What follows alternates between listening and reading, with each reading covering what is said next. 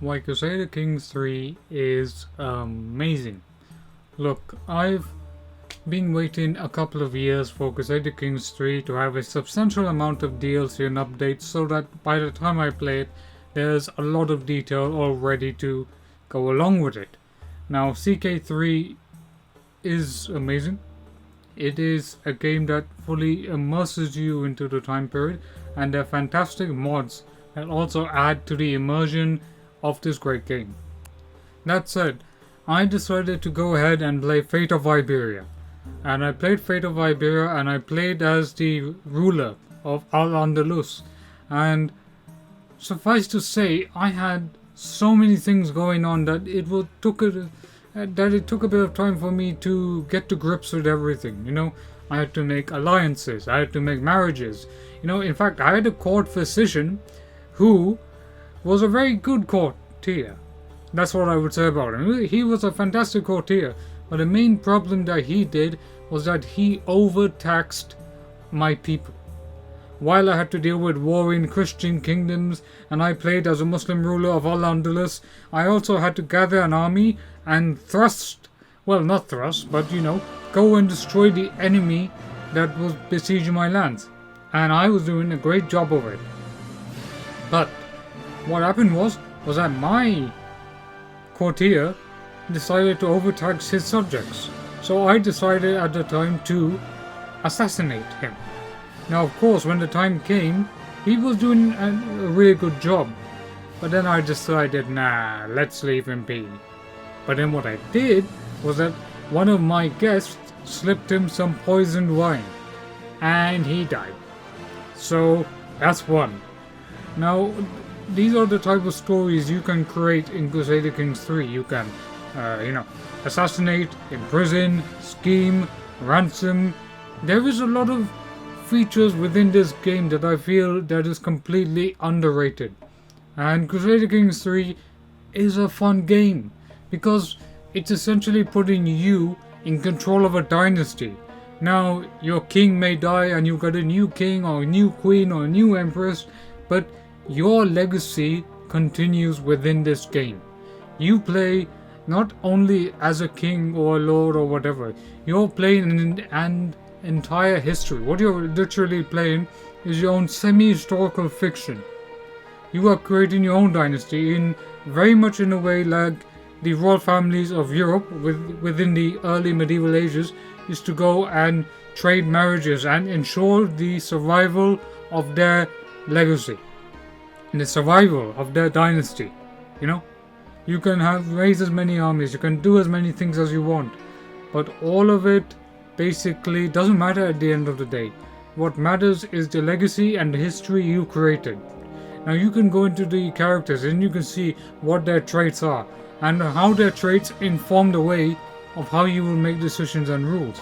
Now Crusader Kings 3 just got 2 new big DLCs that already came, the Fate of Iberia, which I've already mentioned, and also Friends and Foe DLC.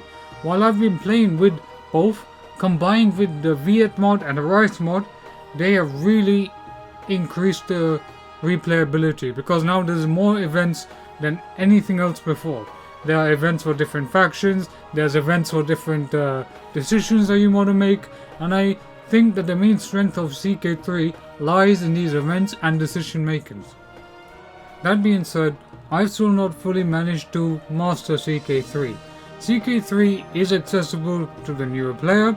Of course, there's still plenty of things to figure out with the UI.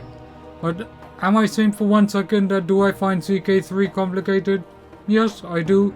But it's not that complicated as EU4 is, in my opinion. Because Europa Universalis 4 takes a bit of time. Crusader Kings 3, once you figure out the tooltips and what's hidden and what's not hidden, it's perfectly playable, in my opinion. And I would recommend that if you want to learn more about CK3, the best way is to play the game going blind. Play the game completely blind and just play CK3. Sooner or later, after 7 to 10 hours, you will probably have maybe 10% of an idea of what you're doing. And that's the fun, that's the learning curve. Now imagine this, imagine if you played CK3 and you knew everything from the start. you wouldn't at the end be having fun, because you'd be thinking, oh, I played this is already I've done, now do this, I'll do that. No. What CK3 offers is that it says, look, there's a steep learning curve. It's a lot of the stuff is there. You just need to have time, commitment, and patience, and everything will work out in the end. And so far, I'm really liking CK3 in its current stage. And though I do wish that CK3 would go into the later medieval era, because you play from 867 to 1066, and I really do hope that we go into the Renaissance, or we go into the 100 Years War, those type of events. Of course, there are plenty of fantastic mods that I played with. Rice, Viet, Community Patch, Ethnicities, these are all fantastic mods that add more immersion to your CK3 gameplay style. Also like to point out that when you play CK3, of course, if you play in the free weekend, obviously you're just going to be playing the base game. There's no DLCs added alongside it. And you might think, but the DLCs add so many features. Yes, they add so many features. But figuring out the base game is more important first, and then you can probably do the DLCs later. Now I'm going in blind. I still got much to learn about CK3. There are fantastic tutorials on YouTube that you can find for CK3, and I'll be sure to follow them myself. But honestly, the way you're going to experience CK3 is by learning the game by yourself, playing how you want, downloading which mods, of course, that you decide that you want to play with, and treat it like that. This is the reason why I'm saying CK3 is amazing, because it allows you to create stories of history that normally would never happen. You are reliving history in such a way that other games just don't allow you to. And you know, CK3 has an amazing time period. I'm really liking all the new assets they've added in, all the new artwork. Every single thing that we've seen with CK3 now is fantastic. I really wish they would add more music, more soundtracks, as in new additional soundtracks with more new DLCs. But I'm really glad that CK3 isn't just Europa Universalis for, with lots of DLC. It's good DLC added with a lot of features that makes the game playable, and that doesn't force you to basically have, for every single DLC you need to have this and this. I like the fact that CK3 is getting good updates.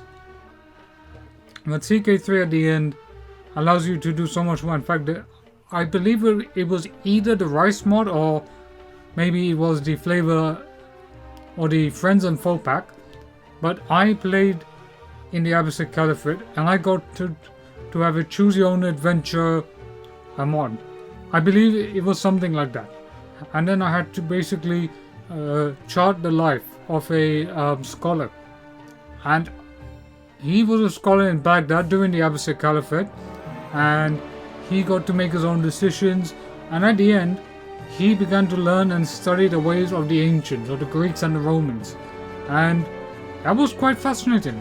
Those type of events really add a lot more replayability into the game.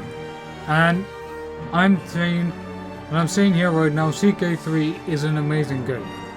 It's one of the best. How do I say it? Is it a medieval strategy game, or is it a medieval simulator game, or is it something else? And plus there's mods that are China and Japan. There's fantastic mods out there as well, which I'll be making in future updates. But look, CK3 is amazing, and you really need to go and check it out. And I will see you in the next video. So don't forget to leave a like, share, comment, and subscribe, and stay tuned.